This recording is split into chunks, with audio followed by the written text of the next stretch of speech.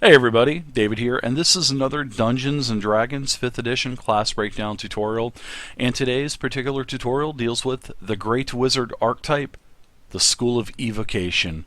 Now the Wizard already baseline from levels 1 to 20 is a very strong class. Let's face it, the Wizards are always strong in Dungeons & Dragons just because of the massive array of spells that they have. As you can see, the Dungeons & Dragons 5th edition Wizard is no different than any other edition. They get a massive array of spells from spell level 1 to spell level 9.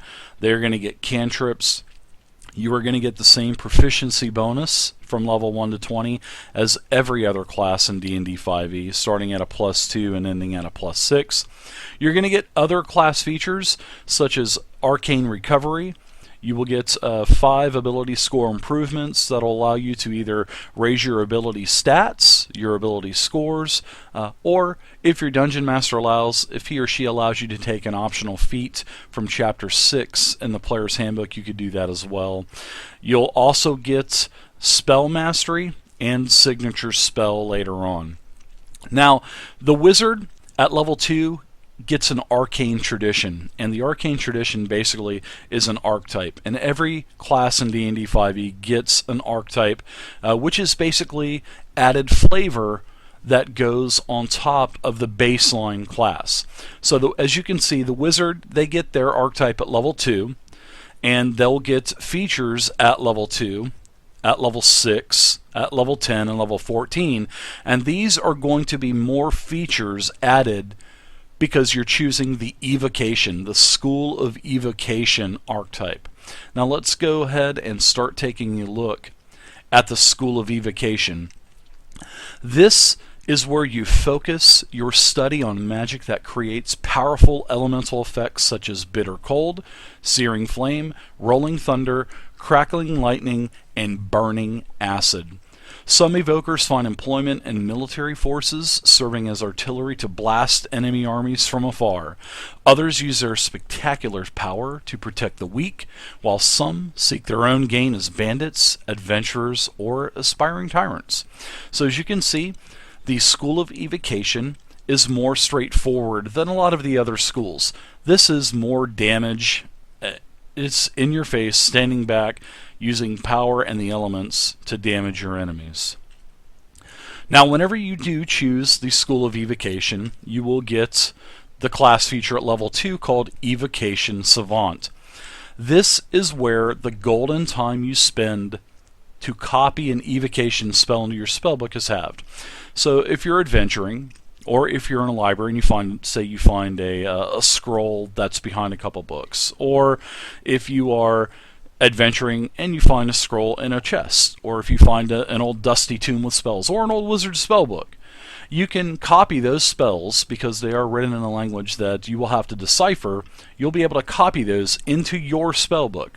Now, the rules for copying a spell into your spellbook takes, per level of the spell, it will take 2 hours of time and 50 gold in materials to copy that spell from the scroll or the tome or whatever you found it on into your book. So what Vocation Savant does, as long as that spell is labeled an evocation spell, that's the thing, it has to be an evocation spell to use this Vocation Savant. The time and the material cost will be cut in half. So instead of 2 hours, as long as it's an evocation spell, it'll take 1 hour, and instead of 50 gold per level of the spell, it's 25. So yeah, a good majority of the spells are evocation based. So it's going to work for, it's going to be a benefit to you more times than not. Now next, you're also going to get the bread and butter of being an evocation wizard, and this is Sculpt Spells. So what Sculpt Spells does is it allows you to create pockets of relative safety within the effects of your evocation spells, basically from area of effect attacks. When you cast an evocation spell that affects other creatures that you can see, basically within a radius, you will be able to choose a number of those creatures equal to 1 plus the spell's level. Now, all of those creatures that you have chosen will automatically succeed on their saving throws against the spell. and seeing that they automatically succeed, then they will take no damage if they would have normally taken half damage on a successful save. So as long as they're not vulnerable, you'll be fine. So Sculpt Spells works like this. If you cast a 3rd level wizard spell and you are level 5, alright, because you're going to have to be level 5 to cast a level 3 spell. Now you're going to be able to basically protect 4 people because it's 1 plus the spell's level. Fireball is level 3. You're going to get a base of 1. So you can basically create relative safety pockets around 4 creatures. And it can be, and creatures is, enemies. Creatures can be allies. So you can use your Sculpt spells, you can throw that fireball in there, that chain lightning in there, and you can put, Sculpt spell on 4 people. And the higher spell you cast, so if you use fireball, as a higher spell slot, then you'll be able to literally, Sculpt spells on more people. Really nice. And like I said, as long as they're not vulnerable to a certain particular damage, then they automatically save the throw. They automatically, make the saving throw. They'll take no damage. That's Sculpt spells. That's the bread and butter, pretty much, of the Evocation Wizard. Now next, at level 6, you'll get Potent Cantrip. And this is where your damaging cantrips affect even creatures that avoid the brunt of the effect. So when a creature succeeds on a saving throw against your cantrip, the creature will still take half the cantrip's damage, if any, but the creature will also suffer no additional effect from the cantrip. So as long as it, if the creature makes a saving throw against that cantrip, you still roll damage, whatever the spell damage says, and that creature will take half damage. Pretty straightforward. And just make sure that you add no additional effects from that cantrip if that creature did have a successful save. Next, at level 10, you will get Empowered Evocation. Now this is really nice also. This is where you add your intelligence modifier to the damage roll of any wizard evocation spell you cast. So a couple things to remember here. First off, Empowered Evocation will only work on evocation labeled spells. Secondly, you have to pay attention to the damage on the spell description. You never add your intelligence modifier to the damage of the spell. It's whatever the spell says. So for instance, I believe Firebolt is a cantrip, and Firebolt does 1d10 fire damage. So you would never add intelligence onto that for damage. The only thing that you would normally use your intelligent modifier for is your spell attack.